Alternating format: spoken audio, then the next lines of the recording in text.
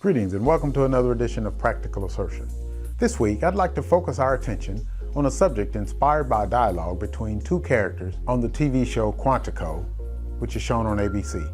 Owen Hall, played by Blair Underwood, and his daughter, Lydia Bates, Tracy Ifichor, were engaged in a conversation where Owen is explaining to Lydia how he regrets not being there for her during her childhood. Here's the conversation. "You're probably never going to forgive me," Owen says, "and I'm certainly never going to forgive myself. You have a career ahead of you, a life. I want to do right by you for once, just once. I was never there for you, ever.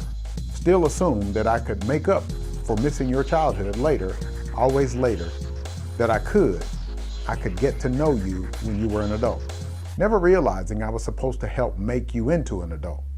And here you are, perfect, absolutely perfect. And I had nothing to do with it." Wow, what a powerful, frank conversation between this regretful father and his daughter. While this same scenario plays out countless times, I doubt this conversation ever takes place.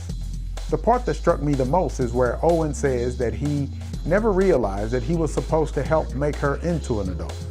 After all, that is the responsibility of the parent, to model what adulthood is. That is our role in life, our only role. We only think that the father is needed in the life of his sons to make them into men. And while this is true, our daughters need us to be there as well. They need to see what a man is, what a father is, and what a husband is. This is how we help make them into adults. Children are the greatest of imitators. This can be seen if you've ever seen children dress up in their parents' clothes or shoes. Why do you think that child puts on those shoes that are much too big? They have seen their parent do it. Daughters mimic their moms by putting on hats or makeup or that big dress. That's just what they do, impersonate. So the question is, if we, their parents, are not there to model for them, where do they get their impression of what an adult is? From some athlete, celebrity, or total stranger? It goes without saying that this could be a dicey situation. Progression is a part of life. Our children will develop and grow with or without us. What they become without their parents' guidance is anyone's guess. That's why it behooves us parents to be there for our children. We are our children's first line of defense against the cruel realities of this world. Fathers, when we are not there for our children, we are possibly relegating them to a life of irresponsibility. For our sons, they could follow our example of absenteeism and do likewise in their children's lives. Our boys could very easily adopt the attitude that there are little to no expectations for males beyond bringing children into this life. For our daughters, they could grow up to accept the same shiftless and trifling behavior in males, notice I didn't say men, that they allow in their lives.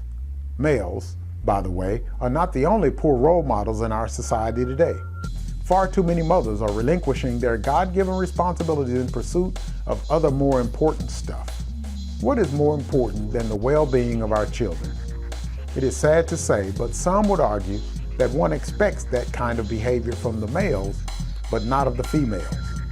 I say that both are equally appalling. Some of the children go into productive, emotionally stable adults despite the poor role model. Somehow, they find a way to overcome the deplorable conditions and make it through, but by the grace of God. Owen wants and needs forgiveness from his daughter, but understands that he would probably not get it. Whether she forgives him or not is really of no consequence because he will never forgive himself. Whether it was his career that prevented him from being there for her, his lifestyle, or his refusal to accept the responsibility, that time is gone, never to be recaptured. Parenthood is an awesome responsibility. I'm thankful to God that I was there for my children. What about you? Let me know what you think. Like us on Facebook, comment on our blog page at www.ascrt-usa.com/blog. Share this with everyone you know, especially those parents who are not there for their children.